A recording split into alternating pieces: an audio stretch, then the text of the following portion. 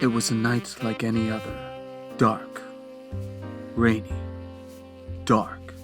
The sounds of the city flooded into my office like rain. It was dark. I was between cases like a lost CD, up to my neck in debt with some really bad fellas. I was in dire straits in a desperate search for a lifeline, a lifeboat, a life alert. That's when I heard her knocking on my office door. In all my years as a private eye, I've never met a woman like her. She was dark, mysterious and dark. The kind of woman to stab you, shoot you, run you over with your own Cadillac, tie a cinder block to your feet and toss you into the harbor, leave with the kids at 3 a.m. But I know she's a good kid. I still love her. I could tell from the minute she walked through my door, she was in trouble. I'm in trouble! You got a lot of nerve walking in here like that. Well, I didn't know where else to turn. I'm in big trouble, Ricky. Real big trouble. What is it this time, darling? Your pimp looking for money again? You have such a way with words. How many times do I have to tell you? That putz Tony is no good for you. You more than anyone should know how much I love dangerous men. How are the kids? Dead. Damn shame. This city's too damn dark and rainy to raise a child in. Well, that's not all. They're coming for me. Who? Tony? Tony died last night. That's about the best thing that can happen to a booze hound dope fiend like Tony. I'm being set up. It's the feds. They're looking for me now. Look, I like you, kid. But this ain't a charity. It'll cost you. How much? 20 large. 20 small. 20 small? That's barely enough to get a meal down at the local burger joint. Maybe it was the cut of her dress. Maybe it was the glimmer in her eyes. Or maybe it was the lack of oxygen from all this smoke in the air. I knew I was going to help clear her name. Deal. But who would want to set up a small-time chippy like you? You really don't know me at all, do you, Ricky? Does a beat flivver cough like a button man's bean shooter in the bunny cell in the slammer? I don't know. It does. I'm in over my head. Tony's second in command, AnTony, he wants me out of the picture. Tony's second in command's name is AnTony? That's terribly confusing. The man is an enigma. And now he's making a power grab and trying to get you thrown in the can. Bingo. It sounds like it's time we paid this no-good boop a visit.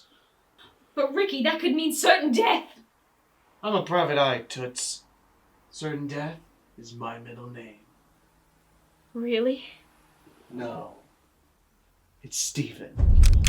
AnTony's hideout was a mess. The stench of crime filled my nostrils. Heroin needles and bullet casings littered the floor. Two big criminals flocked here like middle-aged white women to assail an American candle. And there I was, snub-nosed revolver in one hand, a dame in the other, looking for trouble. Little did I know that trouble would soon find me. This place gives me the creeps. Well, when you hang around a guy like Tony, this is what you get. A heroin addiction and a crack baby. Don't you talk about my son that way. And just like that, AnTony was standing right before us. He looked like someone you'd pass on the street without giving a second thought. A nobody, but something about him just rubbed me the wrong way. Ricky! Well, color me impressed. You know, I didn't think I'd see you around here for a million years. Tell me, how did you manage to get past my goons? Come on, AnTony. You and I both know we ain't got the money or the budget to explain it. And you know, you got a lot of nerve showing your face around here after what you did to Tony. I was hoping the coppers would take care of you, but it looks like I'm gonna have to deal with you myself. You ain't gonna lay a finger on her. I wasn't planning on it, pal. I was planning on shooting her in the face. It's a metaphor. Listen, I'm a drug dealer. Do you really think I know what a metaphor is? No. So now if you'll excuse me, I'm gonna make your girlfriend here eat dirt. Well, I guess your goose is cooked. Oh, no, you don't. Oh, damn it! What are you doing? I'm sorry, Ricky, but I didn't know how else to get you here. I knew that you couldn't keep your nose out of me and AnTony's business. So you're double-crossing me. Why? Ricky, you don't even know my fucking name!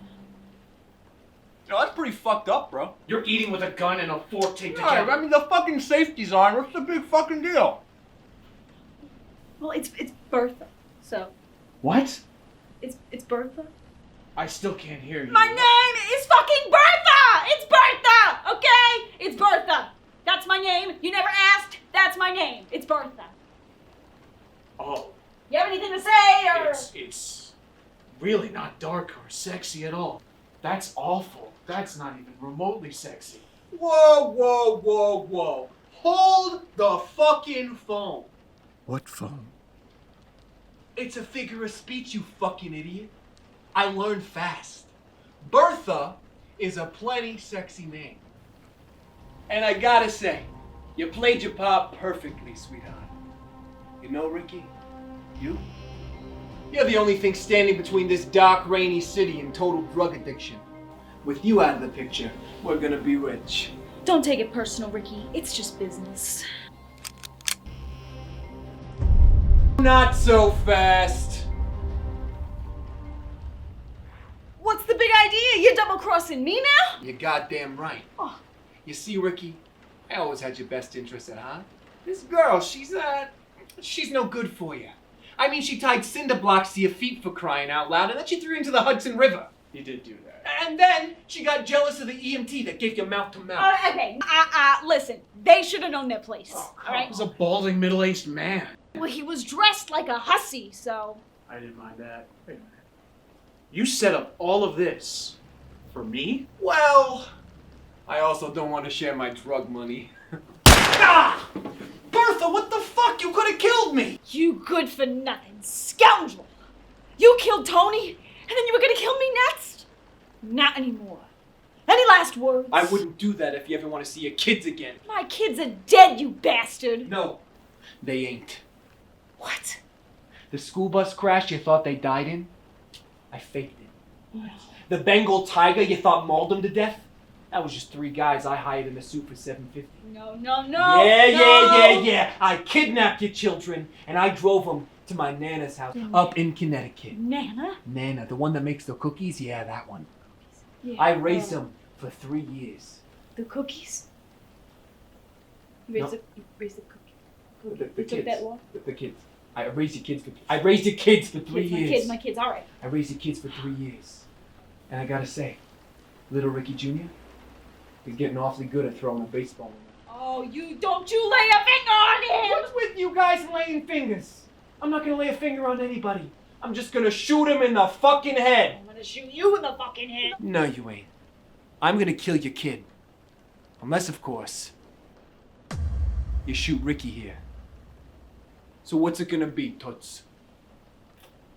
I'm sorry it has to be this way, Ricky, but at least we'll have Havana. Havana? Bertha, you sly dog. How could I have been so blind? She's playing AnTony for a fool. When we were in Havana, she went undercover as a drag queen. She was a woman, playing a man, playing a woman. What the fuck is he doing? A double agent. Dickhead. Perhaps I wasn't about to bleed out on a cold, hard, hypodermic needle nest after all. You're gonna shoot me? Yeah, your kids are gonna fucking die. Good luck with that, lady. We always will. Miss Cocoa Butter Baby Bottle Pop. What?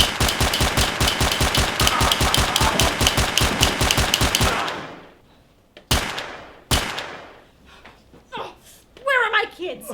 Where are they? Look, I lied, okay? I just didn't want to get shot. Your kids, they're dead. Oh. Okay. Ricky! Oh, you saved me! Sorry, sweetheart. This doesn't change a thing. Bertha is just not a sexy name. Oh, but your sexy aura only makes me want you more. There's hundreds of other guys out there better suited for you than me. Oh, but I don't want hundreds of other guys. I want you. Did you think I'd be so foolish as not to wear my bulletproof vest?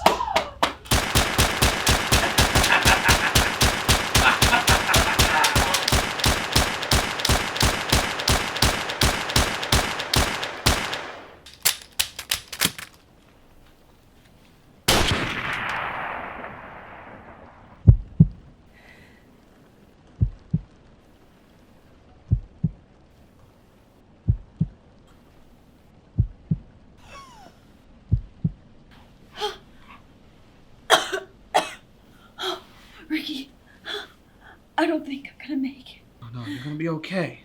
This is nothing. At least I'll get to see my kids again. I don't mean to be a downer, but you ran a drug empire and helped murder a man. You're probably going to hell. Shit.